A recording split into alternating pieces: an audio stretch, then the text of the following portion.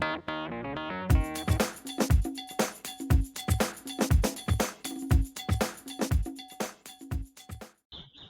caro estudante, vamos continuar com essa terceira parte do módulo 2, ainda falando sobre definição de requisitos de usabilidade. Uma das técnicas mais utilizadas é a técnica de entrevistas, de ouvir o usuário, com o objetivo de obter informações e opiniões importantes, tanto dos atuais quanto de usuários em potencial do nosso sistema, da nossa interface. Elas podem ser do tipo não estruturadas, estruturadas, semi-estruturadas ou em grupo, também chamada de focus group. A abordagem mais apropriada depende dos objetivos a serem estabelecidos para realizar essa coleta de dados a partir das entrevistas. Então, há de se analisar qual é a melhor maneira de se entrevistar de acordo com o tipo de objetivo que você quer, um tipo de dado que você quer recolher. Às vezes você quer uma entrevista bem aberta, quer deixar o usuário bem à vontade para falar. Aí você pode colocar uma entrevista não estruturada ou semi-estruturada. Ou então, às vezes você já vai com perguntas fechadas, uma entrevista estruturada ou entrevistas em grupo para poder obter seus requisitos. Então, antes de mais nada, é preciso planejar a entrevista. Planejar a entrevista significa elaborar todo um roteiro para que você possa desenvolver a entrevista da melhor maneira possível. Então, faça perguntas sucintas e diretas, porque perguntas longas são difíceis de lembrar. Seja bem objetivo nas perguntas. Evite sentenças compostas, dividindo-as em duas ou mais perguntas separadas, também para não confundir o usuário. Evite utilizar jargões ou linguagem que o entrevistado possa desconhecer e acabar não admitindo por vergonha. Você falar, por exemplo, olha, nós vamos utilizar um CSS, vamos utilizar JavaScript. Muitas vezes o usuário não sabe e não entende, não compreende essa linguagem. E aí ele também não vai dizer que não entendeu. Busque a neutralidade das perguntas, ou seja, evite dar tendência para suas perguntas ou direcionar a resposta. Solicite que colegas revisem as perguntas que serão aplicadas. Lembre-se sempre que o entrevistado ele vai estar prestando um favor. Então, você tem que tornar essa atividade o mais agradável possível e fazer com que ele se sinta confortável. Não é aquele momento de tensão. A entrevista não pode ser uma entrevista com tensão, com pressão. E aí também, dentro do planejamento, recomenda-se alguns passos que ajudam a realizar uma boa entrevista. Então, a gente tem uma sessão de introdução, onde quem está entrevistando vai apresentar e explicar os motivos da entrevista. Olha, nós vamos coletar requisitos, coletar informações para desenvolver um sistema. Questões éticas podem ser envolvidas e, se for o caso, pedir autorização para gravar a entrevista. Então, tem um termo de consentimento que é utilizado para que o usuário autorize a gravação. Sessão de aquecimento, aquelas perguntas fáceis, Você qual a sua formação, qual a sua experiência? Perguntas que não intimidam, que devem ser realizadas primeiramente. Depois tem uma sessão principal, apresentar as questões em uma sequência lógica, sempre deixando as mais difíceis para o final, para que o usuário não se atrapalhe no início. Depois da sessão principal, a gente tem uma sessão de descanso, que são aquelas perguntas mais fáceis também, para dissipar eventuais tensões. E, finalmente, uma sessão de encerramento, com agradecimento ao entrevistado e os procedimentos finais da entrevista. Seja sempre profissional e trate a entrevista com responsabilidade e seriedade. Mesmo que o entrevistado seja um amigo seu, um colega seu, mas é um momento de seriedade, um momento de coleta de informações importantes. E aí, dentro das entrevistas, a gente tem os tipos, como a gente falou. Entrevista não estruturada. Elas focam em um tema em particular e, com frequência, vai aprofundando. As perguntas elas são abertas, com formatos de perguntas e respostas não pré-determinados. Então, é uma entrevista bem livre. Ela vai acontecendo à medida que as respostas vão chegando, as perguntas podem ser modificadas também. O entrevistado é livre para responder da maneira que desejar, ou seja, ele não vai escolher entre respostas, ele vai responder do jeito que ele quiser, sim, não. Se ele quiser fazer um comentário a mais, ele comenta, deixa realmente ele à vontade. Pode haver um direcionamento da entrevista de acordo com o tema, pode haver um direcionamento do tema, um direcionamento não da resposta, tá certo? Mas do tema que se está se aprofundando. Deve certificar-se que as respostas às questões relevantes estão sendo obtidas. Por quê? Porque depois você vai precisar dessas respostas para coletar os seus requisitos. Organizar um plano com os principais pontos a serem abordados, ou seja, você vai enumerar uns tópicos que devem ser abordados na entrevista. Embora possam surgir dados significativos, a análise também pode consumir um tempo maior e ser mais difícil. Então, realmente, a análise de uma entrevista não estruturada, ela dá mais trabalho. Já a entrevista estruturada, ela segue um roteiro, né? Perguntas pré-determinadas como um questionário. São úteis quando as metas de estudos elas são claramente definidas, você já sabe o que é que você quer obter, né? Uma opinião do usuário acerca de um determinado produto, serviço ou de uma determinada interface. Então aí você já direciona as perguntas claramente para esse objetivo. Perguntas específicas, curtas e claramente escritas. As respostas podem ser selecionadas a partir de um conjunto de opções, então concordo totalmente, não concordo, ou aceito, não aceito, é legal, não é legal, coisas desse tipo. Questões também devem ser revisadas por outro colega do grupo. Normalmente essas questões são fechadas e o estudo é padronizado por diversos participantes. Então você leva as mesmas perguntas para todos os participantes. As entrevistas semi-estruturadas, elas combinam características das anteriores, né? Uma parte estruturada, uma parte não estruturada. E aí precisa ser feito um roteiro para manter a consistência. Os mesmos tópicos podem ser abordados por diferentes entrevistados, é importante isso, para você poder comparar e extrair opiniões diferentes. Deve-se iniciar também pelas questões que são planejadas, ou seja, pela parte estruturada da. E um outro tipo de entrevista é o tipo Focus Group, que é uma entrevista de grupo. Então você reúne um grupo de 3 a 10 pessoas, isso é só uma sugestão, com uma amostra representativa dos usuários típicos, compartilhando algumas características. Então você vai ter, por exemplo, um grupo de estudantes, um grupo de professores, um grupo de técnicos, um grupo de especialistas naquele domínio, um grupo de usuários leigos. Então, dessa forma, você vai ter uma amostra representativa de usuários típicos. Se faz uma agenda pré-determinada, né, e um facilitador mediador para encorajar discussões, que pode ser o entrevistador, e controlar também os falantes, né, porque tem gente que às vezes fala muito. Levantamento de questões importantes que passariam despercebidas, muitas vezes, dentro de uma discussão de grupo, você consegue capturar isso. É um método eficiente, de baixo custo, de resultados rápidos e interessantes. O difícil é realmente reunir as pessoas em uma hora, em um local apropriado, conseguir que esse grupo se disponibilize no mesmo horário. Os registros eles vão ser feitos tanto em papel, quanto em áudio, quanto em vídeo. E o objetivo não deve ser o consenso em torno das ideias, ou seja, a gente não vai buscar o consenso do grupo, e sim obter uma gama de opiniões sobre o assunto que está sendo tratado. Uma outra técnica é a etnografia, que é a observação do usuário. Então envolve ver, ouvir e registrar tarefas significativas do usuário. Fica ali do lado do usuário, né, percebendo, anotando ou registrando aquilo que ele está fazendo em uma tarefa para conhecer a tarefa, conhecer o usuário e a partir daí também obter requisitos da interface. Ela é útil para dados quantitativos, né, tempo de execução, e qualitativos, como estratégias e práticas. Você saber como é que um usuário realiza e em quanto tempo ele realiza uma tarefa. Não deve fazer que o usuário altere, né, o comportamento na frente do observador, ou seja, deve ser algo mais natural possível. Observar diversas situações, normalidade, críticas, aprendizado, ou seja, tem que realmente prestar muita atenção em tudo que o usuário faz. Né? Deve-se escolher um método de registro, testar antes para não acontecer nenhum problema. Se você vai fazer, por exemplo, um registro de tela, gravação de tela, então você tem que testar antes. Se você vai filmar, você tem que testar o equipamento antes, né? Se está captando áudio, se está captando a imagem corretamente. Né? Fazer com que o usuário pense alto, ele pense falando, né? Ele vai fazendo a tarefa e falando, isso também ajuda bastante. Reforçar a mensagem de que trata-se de conhecer uma situação e um procedimento, não de avaliar o desempenho, ou seja, deixar claro para o usuário que ninguém está avaliando ele, sim conhecendo melhor o trabalho que ele está fazendo. Fotos do local também ajudarão a análise do trabalho, para você contextualizar, entender melhor. E o relatório deve ser elaborado assim que a observação terminar. Então, logo você consiga terminar a observação, mesmo que você tenha feito o registro em vídeo, mas é interessante você já fazer algo preliminar do relatório, porque senão você esquece ou algum detalhe pode passar despercebido. Uma outra técnica é a análise da tarefa. O que é? Envolve ver, ouvir e registrar as tarefas significativas do usuário. É uma extensão, diríamos, da etnografia, só que você vai modelar essa tarefa com mais clareza. Então, é usada para analisar os fundamentos e propósitos que as pessoas realizam ou estão tentando realizar. Envolve diferentes técnicas, como a análise hierárquica da tarefa, né, a HT, e o GOMES, que é um método de análise da tarefa, que é a sigla de Goals, Operations, Methods and Selection Rules. A gente vai estudar esses dois métodos aí.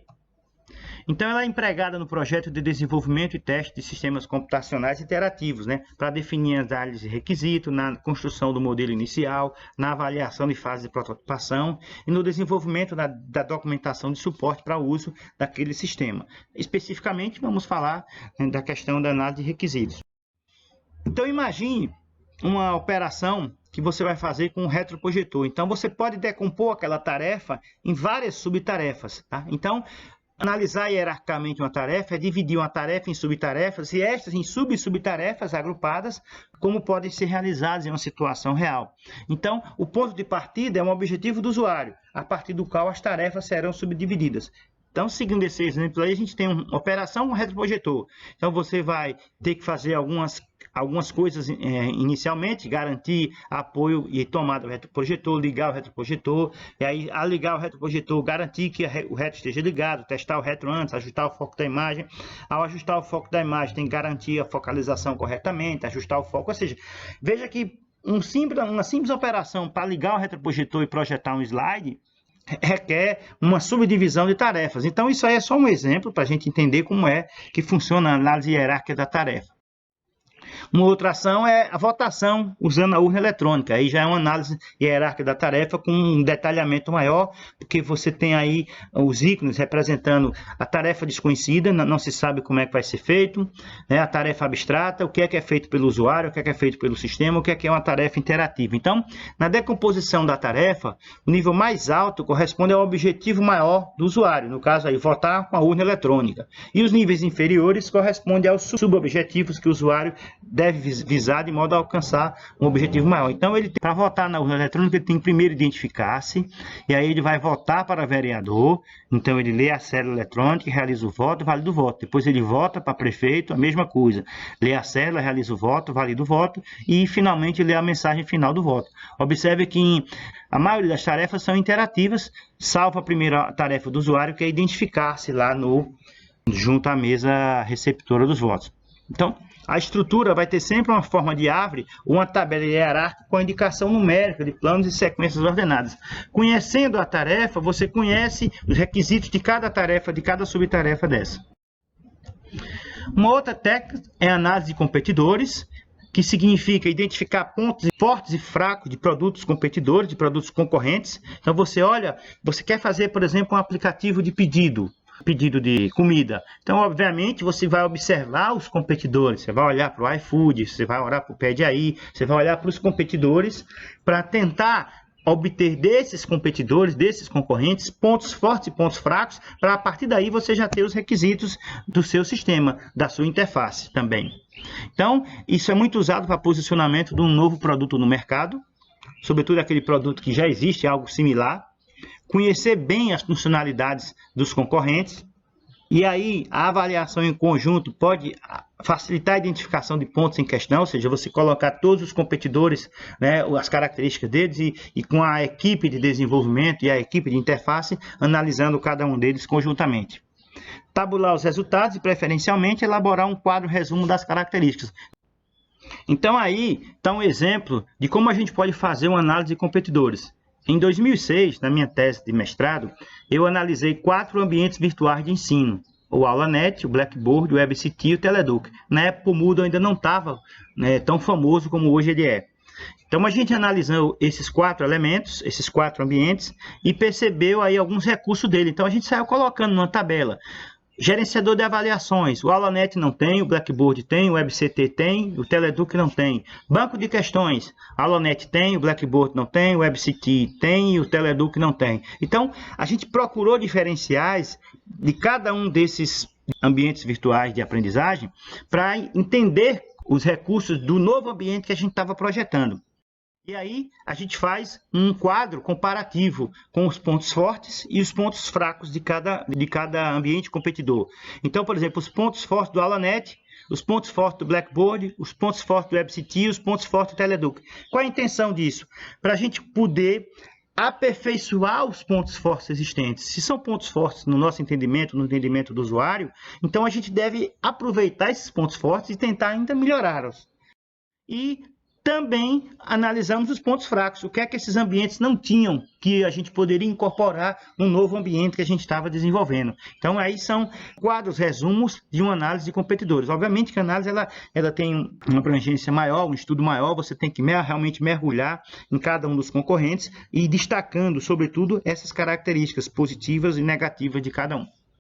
Uma outra técnica muito comum é o uso de cenários. Um cenário ele representa uma situação fictícia, que poderá ser vivenciada por um usuário quando em um determinado momento ele realiza uma ação e deseja obter um resultado. Ou seja, um cenário é uma projeção, é você imaginar algo sendo utilizado, uma tarefa sendo feita no sistema, por exemplo, mesmo que o sistema não esteja pronto. É um exercício de criatividade.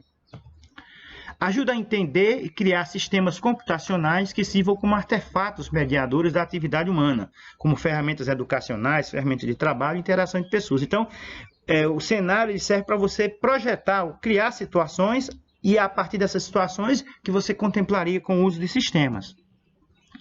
O uso de cenários no processo de design é focado em usos futuros do sistema pelo usuário, ou seja, o sistema não existe ainda, ou ele existe, mas aquela funcionalidade não está pronta. Então você vai simular aquela realidade como se aquele sistema tivesse pronto. De acordo com Carroll, os elementos que caracterizam um cenário são: a gente trabalha com o ambiente, atores ou agentes e o roteiro. O ambiente é o estado inicial para o episódio, aquilo que você vai narrar, você vai descrever. O usuário está sentado, pronto para fazer um pedido online pelo aplicativo, aí ele está querendo pedir alguma coisa para comer, tal e tal. Então você descreve o ambiente. Os atores e os agentes são os personagens. O usuário é um jovem de 18 anos que está lá querendo fazer um pedido a partir do aplicativo. Então você vai descrever esses personagens. E o roteiro é uma sequência de ações e eventos que representam o que os atores fazem durante o episódio. Então, é como se você fosse contar uma história realmente. Um cenário é, acima de tudo, um exercício de imaginação, criatividade e percepção. Então, é como se você tivesse que pensar em tudo que está por trás daquela situação. Existem cenários positivos e negativos. Por exemplo, o cenário positivo, obviamente, vai simular situações favoráveis. E o cenário negativo é problemas que podem acontecer. Por exemplo, quando o usuário estava conectado, a conexão caiu. O usuário estava respondendo à avaliação, perdeu a conexão para a internet. Então, você cria cenários para poder exatamente elaborar os requisitos nessas diversas condições. O texto deve descrever as principais atividades dos usuários, os objetivos, as motivações, as tarefas que eles vão realizar e, se possível, o tempo esperado.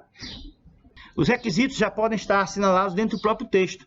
Então, no próprio texto do cenário, você já pode marcar: opa, isso aqui é um requisito, opa, isso aqui é um requisito. Tem um exemplo completo nosso aí que você vai clicar acessando no link.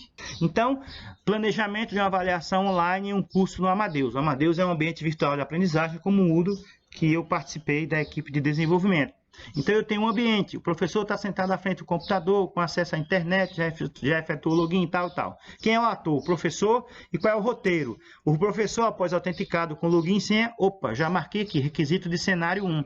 Terá acesso ao modo planejamento e avaliação nas disciplinas que ele está habilitado. Opa, já tem um outro cenário, um requisito aqui, ou seja, eu preciso que o professor esteja habilitado como professor naquelas disciplinas. Depois, vou definir quais os tipos de avaliação que serão utilizados. Então, eu tenho um novo requisito. Então, na medida que eu vou detectando o requisito, óbvio que isso vem com a experiência, com a prática, no texto você já vai marcando o que é um requisito. Uma outra técnica de requisitos são as personas. É semelhante ao cenário, só que o foco não está na tarefa, e sim na pessoa. Então, você vai identificar as características das pessoas e como resultado disso, requisitos também de interface. Ao invés de caracterizar o ambiente, descreve-se o perfil da pessoa envolvida com o produto. Fulano de tal é solteiro, tem 28 anos, mora em tal lugar, trabalha com o quê, gosta disso. Também muito comum são os casos de uso, muito comum na engenharia de software, a gente modelar os casos de uso, se assemelham a cenários, enfocam a interação do usuário com o sistema na própria tarefa. E aí pode ser descritos graficamente na forma de diagramas. Eu tenho aqui um boneco representando o usuário da biblioteca, que vai localizar o livro. Eu tenho o bibliotecário, que vai efetuar o registro do empréstimo. Então, eu vou criando também casos de uso, uma operação de fazer, por exemplo, fazer o empréstimo de um livro na biblioteca, no sistema, qual vai ser a interface. E aí a gente parte para organizar os requisitos. Cada técnica, veja, você não deve usar somente uma técnica, você deve usar múltiplas técnicas. Quanto mais, melhor, obviamente. Vai depender muito do seu projeto. Mas cada técnica ou metodologia empregada vão ser extraídos vários requisitos que vão ser listados em uma sequência lógica. Os mesmos requisitos eles podem aparecer em mais de uma lista, porque eles vão ser identificados por diferentes técnicas. Por exemplo, um login. Com certeza, login e senha vai ser um requisito que vai ser identificado em quase todas as técnicas, porque é uma ação inerente, por exemplo, a você fazer uma operação dentro de um sistema. O fato dele aparecer várias vezes é um indicativo para que ele seja efetivado, ou seja, é um requisito forte. A equipe de projeto deve escolher e priorizar quais os requisitos de interface a serem implementados no sistema ou produto. Então, você vai ter requisitos que não são de interface, que vai ser para o pessoal de engenharia de software, mas você vai ter requisitos de interface, sim, que deve ser implementado pela equipe de interface. E aí eles vão ser listados. Por exemplo, os questionários listou tais requisitos, estão descrevendo. As entrevistas listou tais requisitos. Os cenários geraram tais requisitos. Os competidores geraram tais requisitos. Então você tem que realmente listar esses requisitos e descrever da melhor maneira possível, mas ao mesmo tempo não pode também ser uma coisa muito extensa, como é que eles devem ser implementados. Com isso, a gente conseguiu aí ter uma ideia das principais técnicas de obtenção de requisitos, não só para interface, mas para sistemas como uma maneira geral. Mas no nosso caso é requisitos de interface. Então, o que é que vem por aí? Nós temos uma atividade avaliativa nesse módulo, que é um relatório de requisitos de usabilidade de sistema. Então, na plataforma tem lá a descrição e o prazo para vocês entregarem. Então, montem suas equipes, tá? E comecem a fazer esse relatório. Vocês vão como se vocês fossem descobrir requisitos para um determinado sistema que vocês vão escolher. Tá? Deixo vocês à vontade. E aí, no próximo módulo, a gente vai falar de prototipação e avaliação de interfaces para concluir a nossa disciplina. Grande abraço e até a próxima.